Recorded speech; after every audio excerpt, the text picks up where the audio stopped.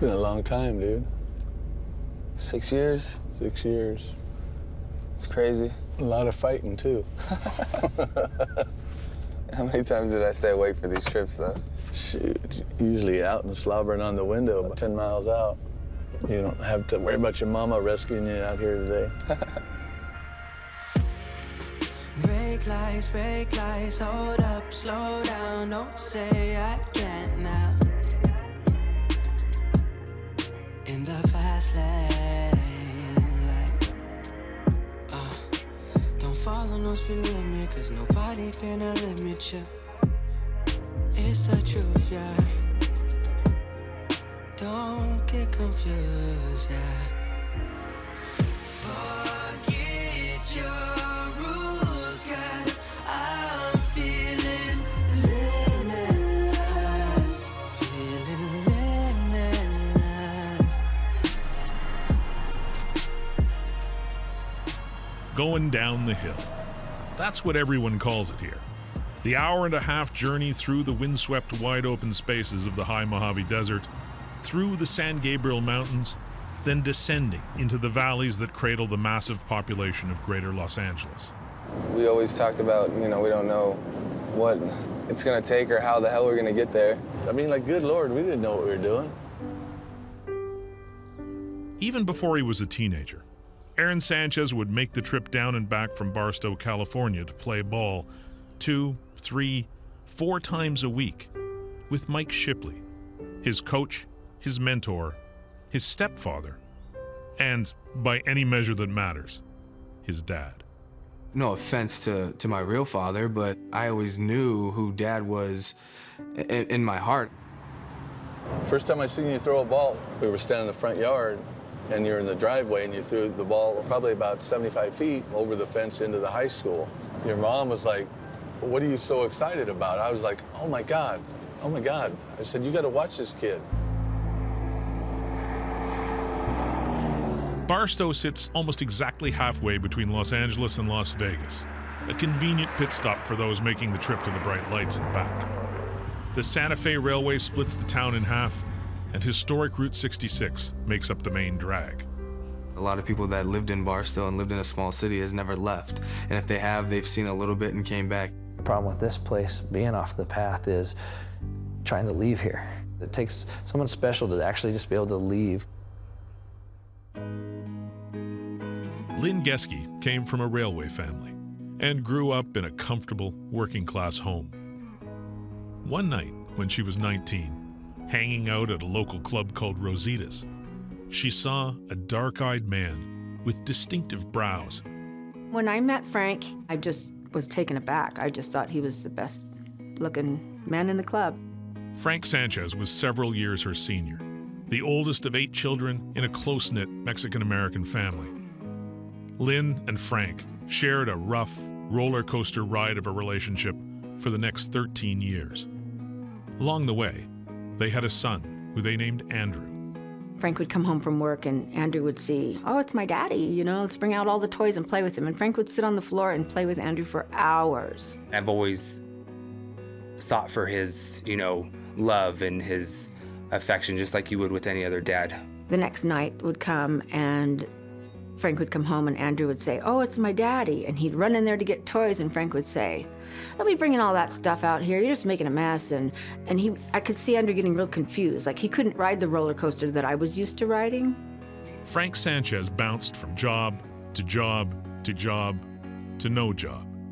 And he had issues.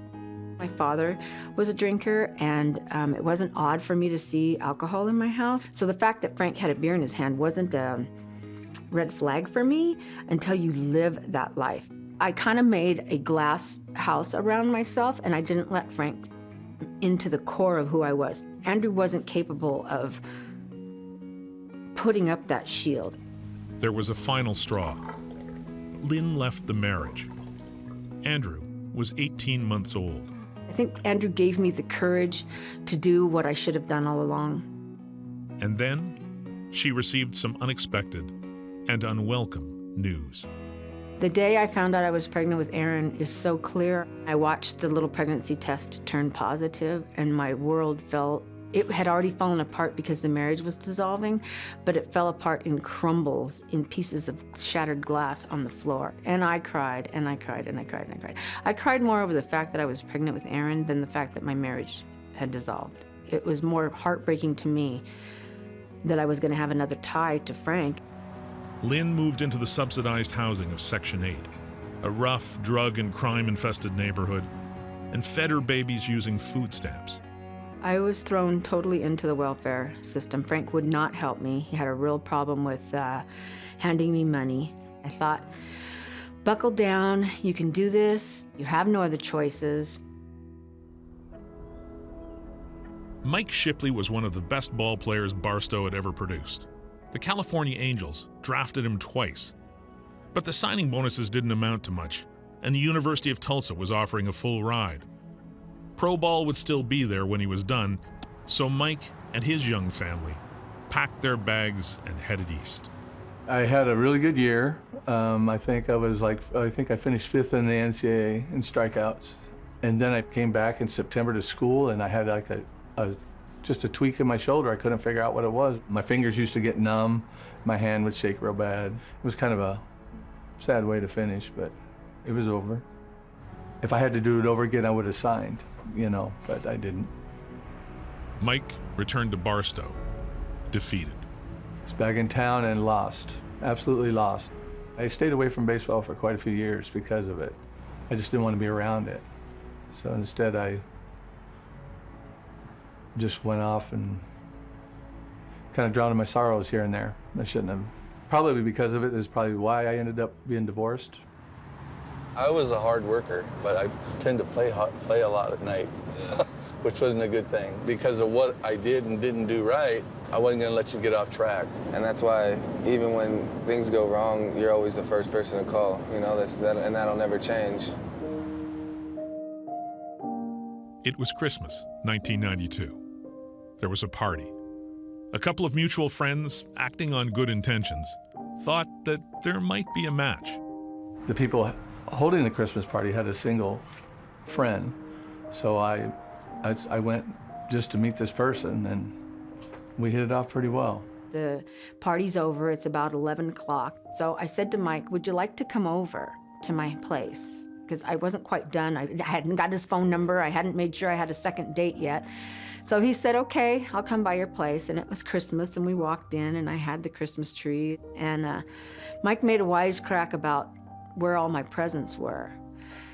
And at that point, I had $30 left for the month, and I could either buy a Christmas tree or I could get presents. And I decided that Andrew really wanted to see the tree and the lights, and my family would be buying Andrew Christmas gifts, and Frank's family would be buying Christmas gifts, so they wouldn't go without gifts. I'll give Andrew the ambiance of the Christmas tree every day. So when Mike asked me, where's all your presents? It was like, we don't have any. And that was the 19th of December, and on the 25th, Michael brought Christmas for all of us. He was our Santa Claus that year.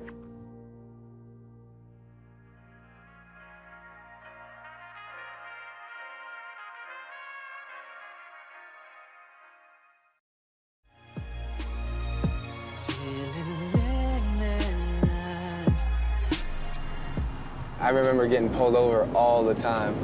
I got a ticket back there, and you said, hey, Dad, what's that airplane? I think I'm the only dummy that's ever gotten a ticket from the air. From the air. Oh, yeah, that's right. And I says, well, we're not telling Mom.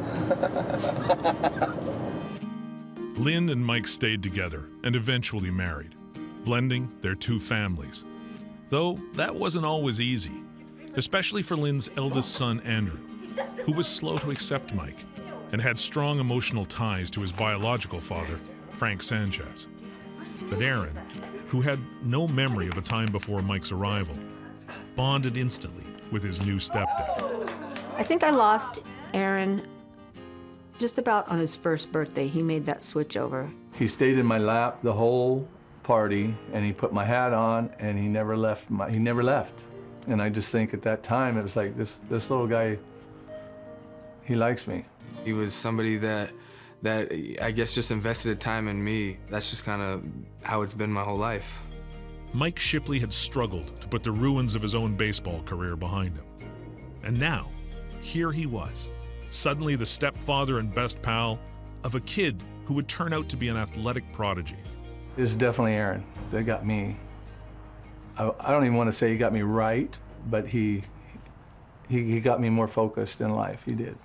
I think it's funny if you look at pictures of Frank, Aaron has the Sanchez traits. But if you watch him and Mike on any given day, they are one and the same. That boy is Mike's boy.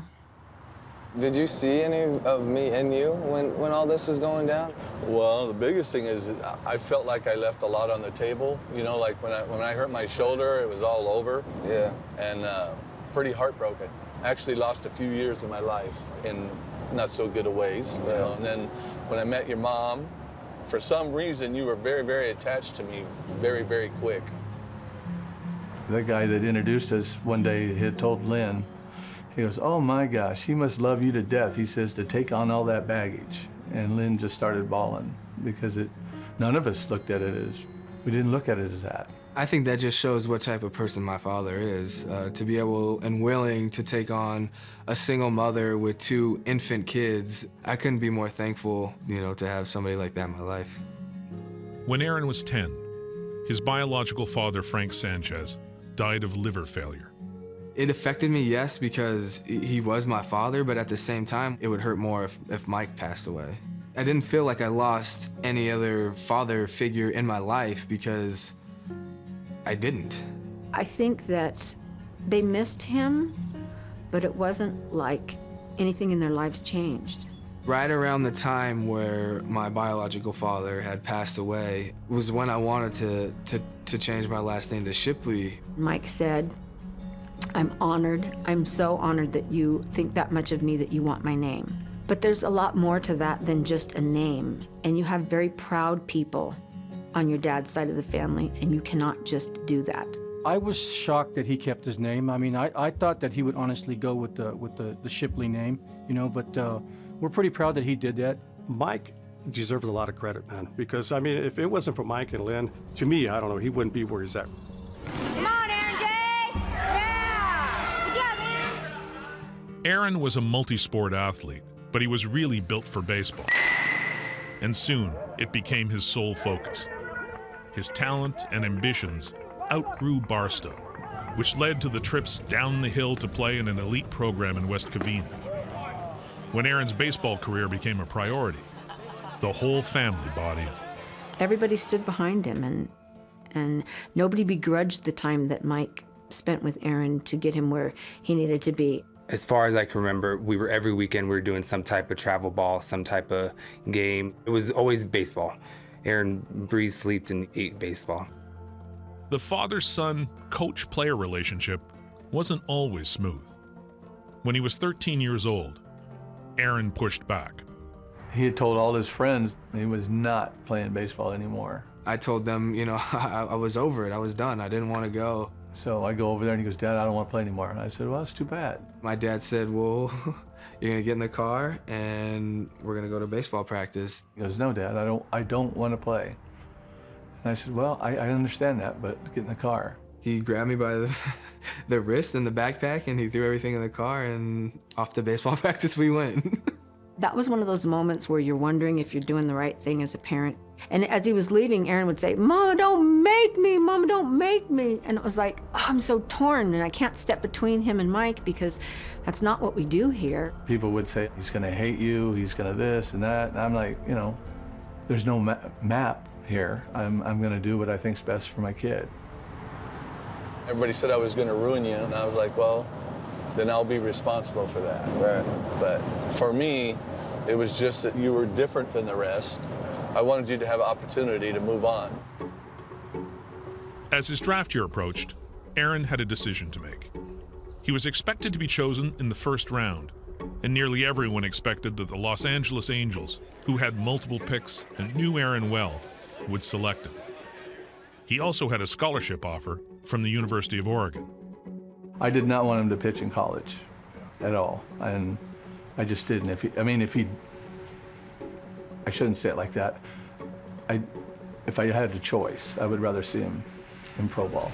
I didn't want to live my life through Aaron, but at least my experiences, I wanted to make sure that he didn't get trapped in anything that had happened to me.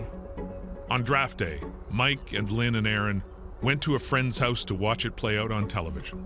Any emotion that you can possibly think of, I had. We were seeing on TV and we were getting phone calls at the same time. All of a sudden I was getting bombarded and I couldn't get to the advisor quick enough. For whatever reason, his stock was falling. I don't know why. When those Angels picks went by and it wasn't you, what were you thinking? Really? My boyhood dream was to play for the Angels, but they passed on him. The guys that were in charge, I know they look back and say, man, we should have took him. He didn't really come out and say it, but you could see it in his face. He was a little disappointed. So Mike and I are on the back porch discussing what's going on, and we can hear everybody in the house screaming, "Yay!" So we kind of missed the whole thing. The Toronto Blue Jays select Aaron Sanchez, a right-handed pitcher from Barstow, California. Aaron was crying. His family was around him. The Sanchez's were prouder than proud. This is a great pick right here. Sanchez is good stuff. Project as a definite starter. For you to have stuck by my side the whole way through and push me, that was motivation for me to always want to succeed, because it's something that you've always wanted, you know, not only for me, but for yourself too. Well, I appreciate that. I tried really hard not to live what I couldn't do through you. Yeah. You know what I mean? But at the same time, how cool was it, you know? Oh my gosh. Yeah. I mean, unbelievable. Unbelievable. It's just like I said with the storyline. The storyline's crazy.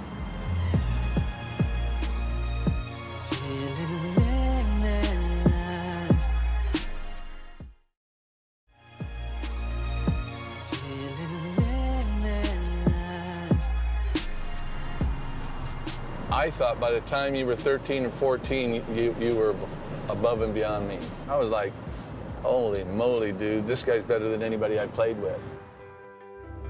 July 23rd, 2014. He called me and goes, hey, Dad, guess what? I'm going up to the big leagues. And I said, no, you are not. You know, and he goes, no, Dad, I'm serious. Come on, Aaron. And this is the day that the Blue Jays have been waiting for a couple of years now. Toronto Blue Jays fans, at least those who kept track of the franchise's top prospects, already knew the name. Now, Aaron was called up to bolster the struggling bullpen. I'm sitting in the bullpen like this, and every time that phone rang, you jump and you jolt. You're like, oh, is it me? Manager John Gibbons, as he's wont to do, threw the rookie right into the fire. Phone rings, Sanch, you're going in. So then I look at Steamer and I'm like, hey, Steam, who I got again? How about this test for a youngster? Dustin Pedroia, David Ortiz, and Mike Napoli, the first three batters in your big league career.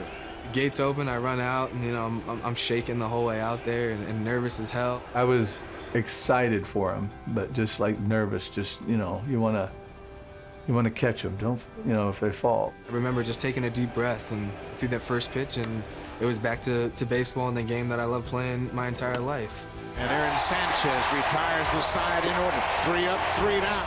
It wasn't only me making it to the big leagues, it was me and everybody that has been with me from little on, and that's something that I wanted them to feel too. Holy moly, this is something.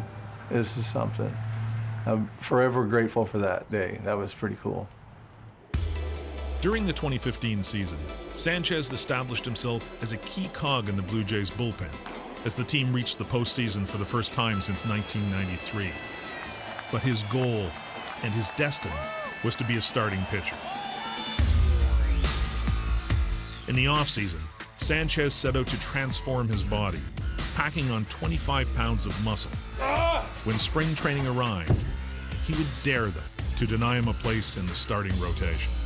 I never wanted to be just a bullpen guy when I never really got a legitimate chance to be a starter.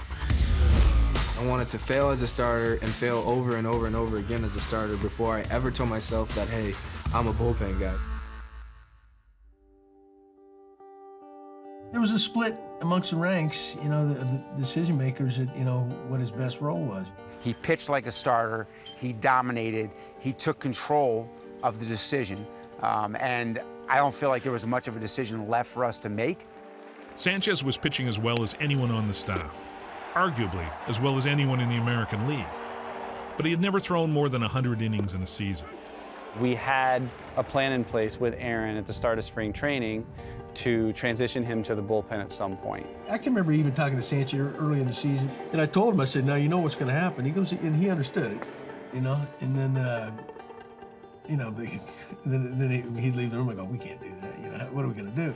What happens with Aaron Sanchez? Sounds like the Blue Jays have made just wonder when and if they're going to move him to the bullpen. He's a starter. Aaron Sanchez is going to be moving to the bullpen. I don't think they should do it. He's too good. You don't know what the right answer is. I can tell you how I feel. You know, other teammates have their opinions. I have my opinions. The front office has their opinions. The coaching staff has their opinions. So it was difficult. In my mind, it was like, okay, why are we keeping a guy from pitching who's done everything that he is supposed to do? Shouldn't we reward somebody for doing that? And I went to him, I went to ask Sanchez, I'm like, do you feel like you can keep pitching? And he's like, 100%, Russ. You know, he was a little upset, and I said, they didn't expect you to pitch this well. I didn't expect you to pitch this well. I let him vent as loud as he wanted to vent, and I said, now, do you talk to Gibby that way? And he goes, I would never talk to Gibby that way. And we started laughing. He was one of the elite pitchers already in the game, and we finally sat down and thought about it, said, you know, we'd be nuts to move this guy. We'd have been crucified if we had. In August, in order to manage Sanchez's innings, the Jays sent him to their spring training complex in Dunedin for a 10-day hiatus. During that time, he quietly sought counsel from one of the greatest pitchers in Blue Jays history. When I had the luxury of sitting down with Doc, I made sure I asked every single question that I could possibly ask. We actually got talking about pitch selection, and it's something that he had a hard time with and felt like at times he was becoming predictable. I got to see a different perspective on how to pitch, whether it was waste a pitch in the dirt or throw a fastball up to change his eye levels, just certain things that I knew, but to hear from a guy that's done it and has had the success that this type of guy has had, it just gave me a better understanding of what I was trying to do. It gave him another viewpoint to kind of look at things and see that there's so many different ways of thinking about pitching. Everything is on the line for the Blue Jays. They win, they're in on his final day of the 2016 season. When the Jays needed a win in Boston, Sanchez was available to make the start. I won't lie to you, I was nervous as heck the night before. He's got a chance to make a massive difference in the Blue Jays season today.